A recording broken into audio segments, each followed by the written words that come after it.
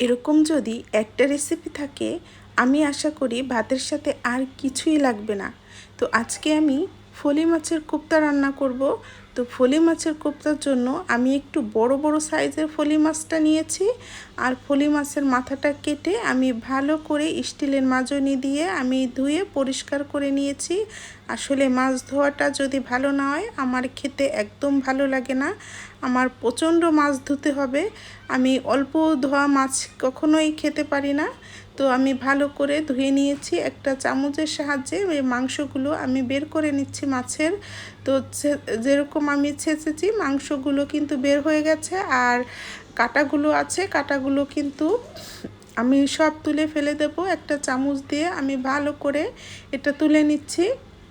হাত দিয়ে করতে গেলে হাতে কাঁটা হিঙে যাবে, তো আমি চামচ দিয়ে করছি। আর ফলি মাছে কিন্তু অনেক কাঁটা।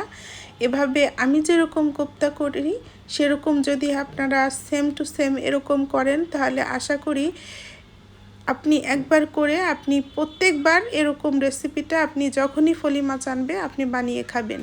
তো এখানে আমি হাফ চা চামচ দিয়েছি ধনের গুঁড়ি, হাফ চা চামচ দিয়েছি জিরের গুঁড়ি, হাফ চা চামচ মরিচের গুঁড়ি, হাফ চা চামচ দিয়েছি হলুদ গুঁড়ি, হাফ চা চামচ দিয়েছি লবণ, হাফ চা চামচের মতো দিয়েছি এখানে আমি আদা বাটা আর রসুন বাটা। এগুলো দিয়ে আমি ভালো করে চটকে চটকে একদম মিশিয়ে নেব। আর যদি দু একটা কাটা থাকে কাটাটা আমিও ফেলে দেব। তো হাতের সাথে এটা মিশে যাচ্ছে, এজন্য আমি এটার মধ্যে একটু তেল দিয়ে দেব। তেল দিয়ে দিলে হাতের সাথে আর এরকম লেগে যাবে না। তো আমি ভালো করে একদম চটকে চটকে কিন্তু আমি এটা মিশিয়ে নিচ্ছি। তো এখন আমি অনেকে আছে আপনারা দেখা যাচ্ছে যে মাছের চামড়াটা থাকে মাছের চামড়ার মধ্যে ভরে ভেজে নেয়, কিন্তু আমি ওরকম করি না। আমার কাছে ওরকমটা ভালো লাগে না, এক একজনের পছন্দ এক এক রকমের। তো আমি মাছটা কিন্তু বড় করে একদম চাপটির মতো করে নিয়েছি, মোটা করে। এখন আমি এটা তেলের মধ্যে ছাড়ান দিব। তো তেলটা গরম হয়ে গেছে, আমি আরেকটু চেপে চেপে বড় করে দিচ্ছি।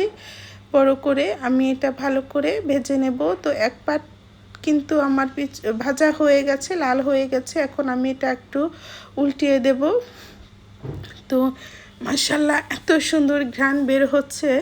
তো দুও পাট কিন্তু আমার ভাজা হয়ে গেছে। এখন আমি এটা তুলে ভালো করে কেটে নেব।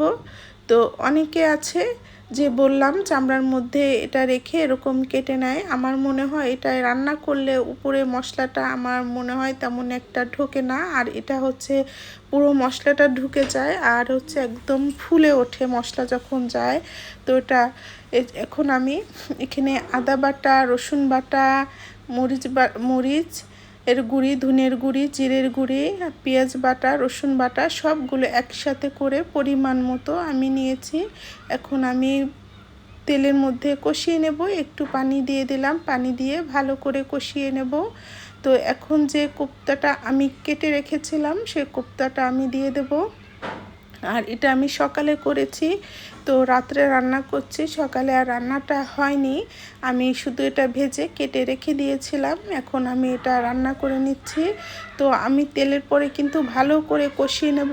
আর এটার মধ্যে অবশ্যই কিন্তু নারকেলের দুধটা দিতে হবে। যদি আপনারা পারফেক্ট স্বাদটা পান কোপ্তার তাহলে অবশ্যই আপনারা নারকেলের দুধটা ইউজ করবেন। নারকেলের দুধটা কিছুতে বাদ দেওয়া যাবে না। আমি এখানে দিয়ে দিলাম কয়েকটা মরিচ, দিয়ে দিয়েছি 2 চামচের মতো চিনিটা দিবেন, চিনিটা দিলে কিন্তু খেতে আরেকটু স্বাদটা বাড়ে। তো আমি এদিকে ভুলে গিয়েছিলাম লবণটা কিন্তু আমার দেওয়া হয়নি, তো আমি কিন্তু লবণও দিয়ে দিয়েছি মাঝখানে। তো এখন আমার রান্নাটা কিন্তু প্রায় শেষ। এখন একটু ভাজা জিরের গুঁড়ো আমি দিয়ে দেব।